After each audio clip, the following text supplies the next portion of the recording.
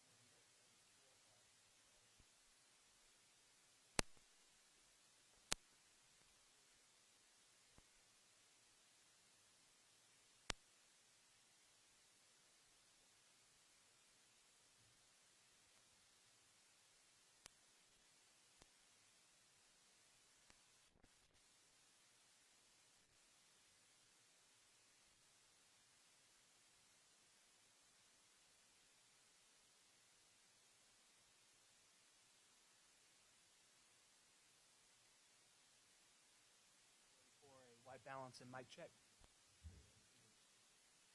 Microphone check. 1, 2, 3, 3, 2, 1. Microphone check. 1, 2, 3, 3, 2, 1. No, you're fine. Yes, sir. 1, 2, 3, 3, 2, 1. Microphone check. Last check before we go. 1, 2, 3, 3, 2, 1. White balance. 1, 2, 3, 3, 2, 1. I don't have the paper size. Like you requested. Okay.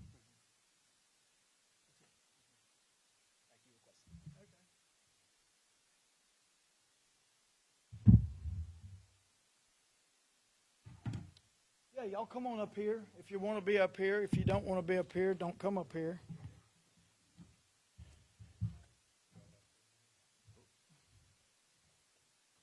Okay.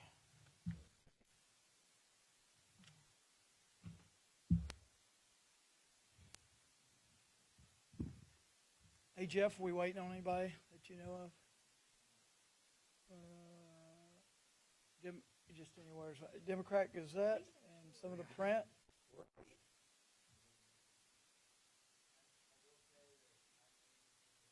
Yeah, well,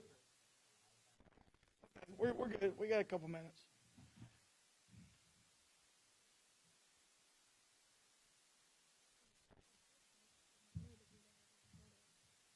She's a new one, but oh, well, awesome. Her mama was not. Her mama was something else, was a Kappa. So there was a little bit of, but we're all in.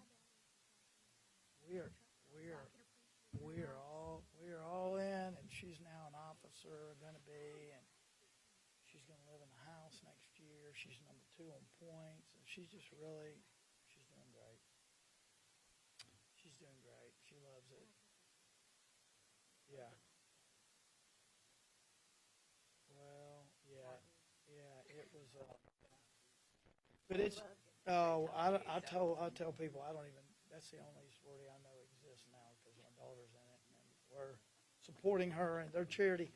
She's really big in St. Jude's. She went to St. Jude's. She has pediatric lupus, and so early on we did not know what it was, and we took her to St. Jude's. So she's been a patient at St. Jude's. She's really into it.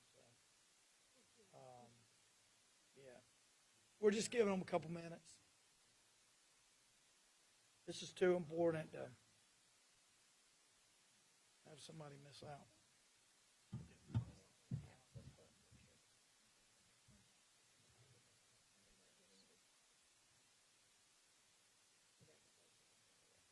We'll go ahead and mute for a second.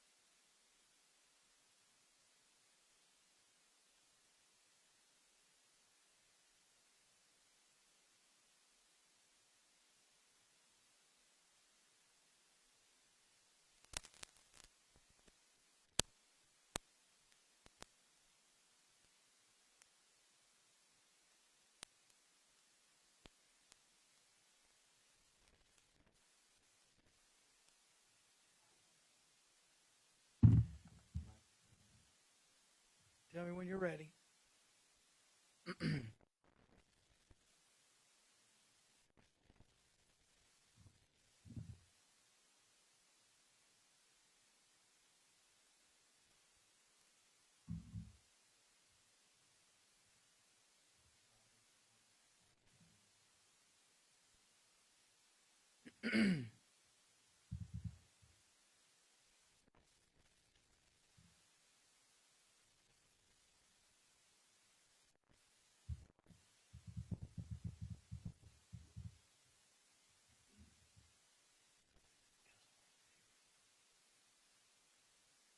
Probably from me.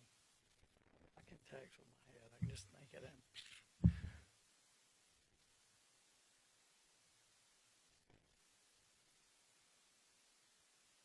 Can you read them all?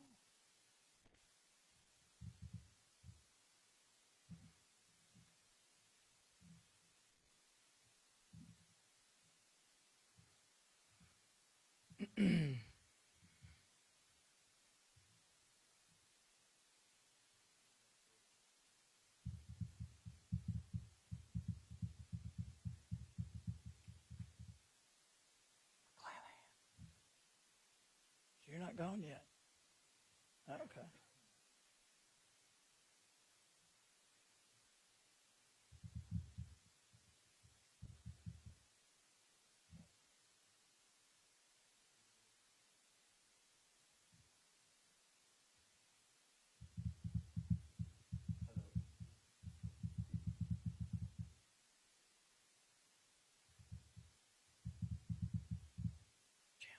What channel's that?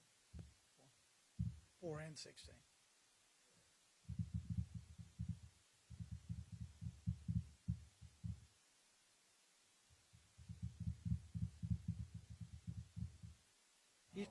He's 2 stations. We're good? Okay. Well, thank y'all for being here. I want to thank all the folks that are behind me. I just wanted to announce that earlier this week we conducted an anti-human trafficking operation in Hot Springs, and it resulted in 9 arrests for sexual solicitation. And they all 9 were charged with a Class A misdemeanor. And what basically occurred is we were able to use online ads, and we were able to hold at a hotel in Hot Springs. We were able to arrange 4 meetings for sex, and these individuals came, and as a result, they were arrested for solicitation. These are sites where some of the women who are offered up for meeting with potential Johns. These are often victims of human trafficking, and these type of motel, hotel meetings yes, it is what is common with traditional prostitution, but it is also what is common with human trafficking. And so some of the ladies are trafficked. Some of in these type of situations, the tactics that are used in prostitution are analogous to and the same as the tactics used in human trafficking. And so we have been focused for a couple of years now, I guess, on the supply side. And that has been primarily focused on illicit sexual massage parlors. We've arrested 7 individuals, including 1 mid-level ringleader who is in the Garland County Jail with a $10 million bond. We have provided services to about 30 victims on the supply side. In this instance, this week, which was on the 11th, we focused on the demand side, which are the individuals who are using these services. And without them, this cannot exist. So in this particular case, the 9 offenders were, and I've got a slide here. These individuals: Vincente Santos, David Hicks, Jacob Benson, Edward Freeman, Antron Pearson, Isaiah Martinez Sanchez, Michael McConnell, Carthon Cooper, and Gustavo Gonzalez. This operation resulted from intelligence that we've been gathering through our ongoing human trafficking fight, and that's where this idea came from. As a result, we not only arrested these individuals, we recovered cell phones, other evidence, $1,400 in cash.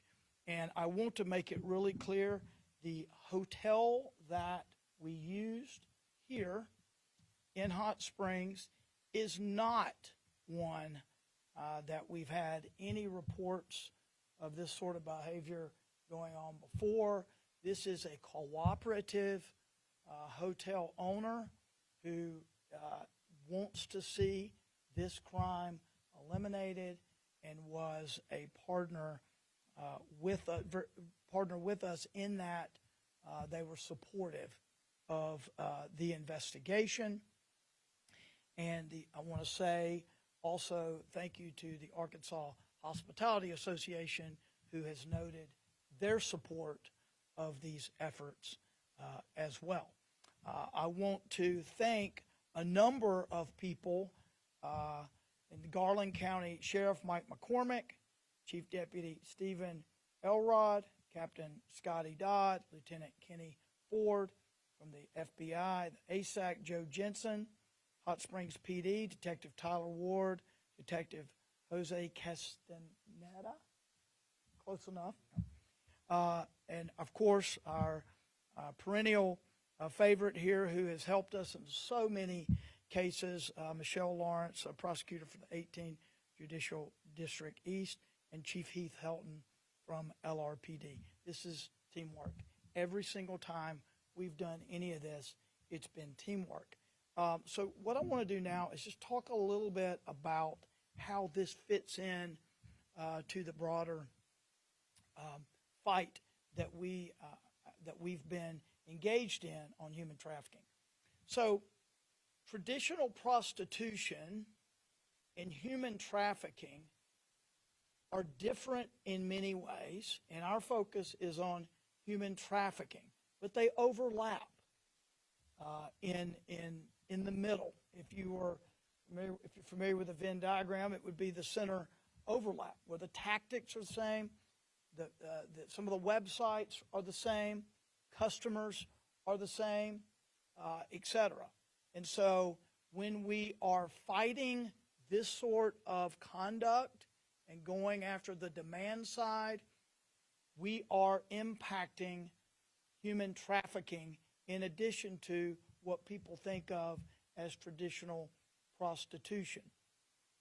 Now, one of the key differences with human trafficking is you have individuals who are often sex slaves, who are doing things against their will, who are coerced through violence or money or whatever, and don't feel like they have a way out.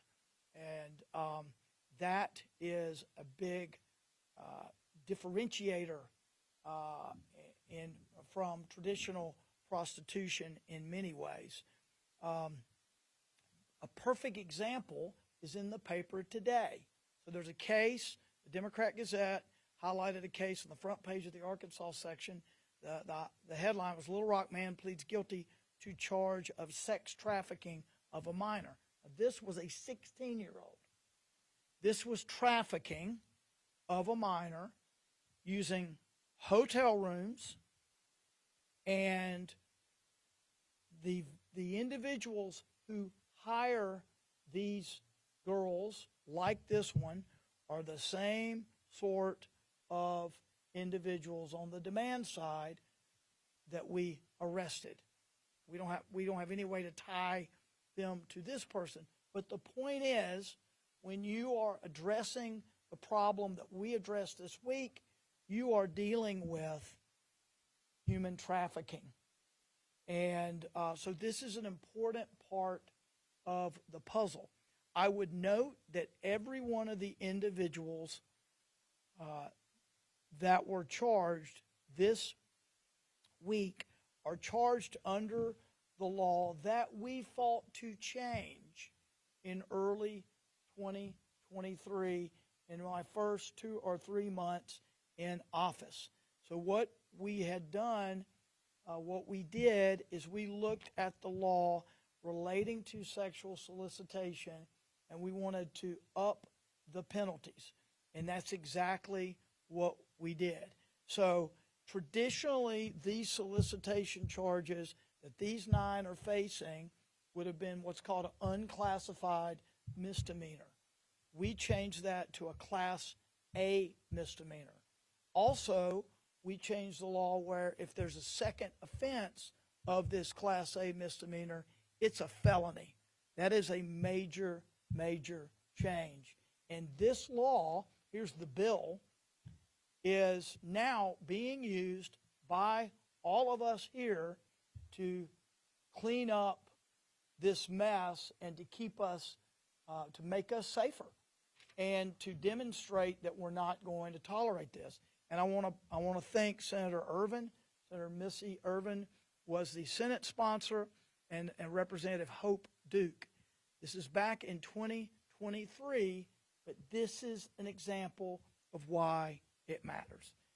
And I will say this, we are continuing to have an impact. How do I know that? Well, because I can just read to you what's being said on these sex chat forums about what we're doing. One individual posted, they were talking about a illicit sexual massage parlor. They said they got raided on the 15th and have not reopened. Beware, our state AG is on a mission. This was posted on one of these chat forums. Another individual said, looks like Fayetteville is about to be out of the happy ending business, referring to the fact that we're having an impact shutting these places down. So we're going to keep doing what we're doing. It's effective, and we're trying different tactics. Like I said, we've been focused on the supply side, and now we're focused on the demand side. And so I'll just tell you what I said last time. If you are a customer and you are furthering this sort of business in Arkansas, then we're going to find you and put you up here, and you're going to have a really bad day, week, month, year, whatever it is. But we are committed to making it clear this is not business as usual.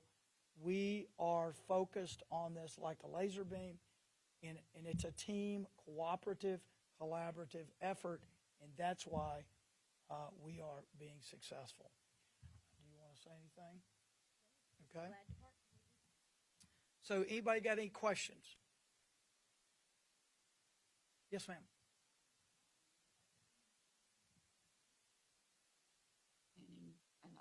I'm not going to answer either one of those, but let me just tell you, thanks for the questions.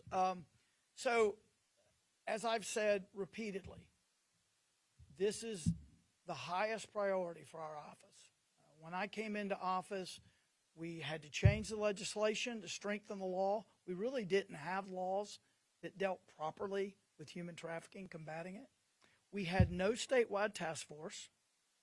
We established that here, and that's our statewide tactical operations partnership, and we meet, we meet routinely to share ideas. We had a summit my first year with about 1,500 people on human trafficking to address what I'm addressing today, which is awareness. People are aware that human trafficking generally, that it's bad, it's a crime. But if you ask a lot of people, you often get different definitions of what it is. So we're continuing to talk about it. We're continuing to raise the profile. And obviously, we're continuing to arrest bad actors. There's no safe place if you are engaged in this in Arkansas. And I'm also working with partners in other states, sharing our best practices. So if you go to another state, they can get you there. And obviously the federal government, the Fed, the FBI, and others are very important. Homeland Security investigations, very important to our interstate, cross-state lines fight. I would note that the mid-level individual, Gary Liu, who was originally from China, the guy that's in jail in Garland County, he was caught with the help of federal marshals working with us, and he was caught in Oklahoma. So this is truly a national fight, and there's no safe place to hide. Yes, ma'am. For those who are maybe wanting to, excuse me, for those who are maybe wanting to help give a anonymous tip, who should they reach out to? Yeah, well, they can certainly call our office. I have often emphasized that if you see something, say something. If you know a sexual massage parlor is in your area, and we look with regard to them, most of them are engaged in criminal conduct. There's so many around the state. That continues to be our focus. But if you know specifics and want to tell us, we'd love to hear it. If you are at a rest stop, at a truck stop, at another business, and you see something that doesn't seem right, or someone, maybe a young lady, appears to be held against her will, that sort of thing, let authorities know. Let us know. And we want to know. Again, we can't be everywhere. If you see something, say something. Tell us. You can call us here, certainly at the main line at 501-682-2007. We have a toll-free number as well. But all of that is on our website, arkansasag.gov, arkansasag.gov. Yes, but you can. We take anonymous tips, and law enforcement does. We work very closely with our federal partners, state police, sheriff's offices, police departments, LRPD, Garland County, you name it. So, but you need to tell law enforcement if there's something that you think just doesn't look right. Anything else? Thank y'all. Appreciate it. Cecil, we're going to do a picture up here real quickly. I'm going to get this out of the way. You want me to push this back or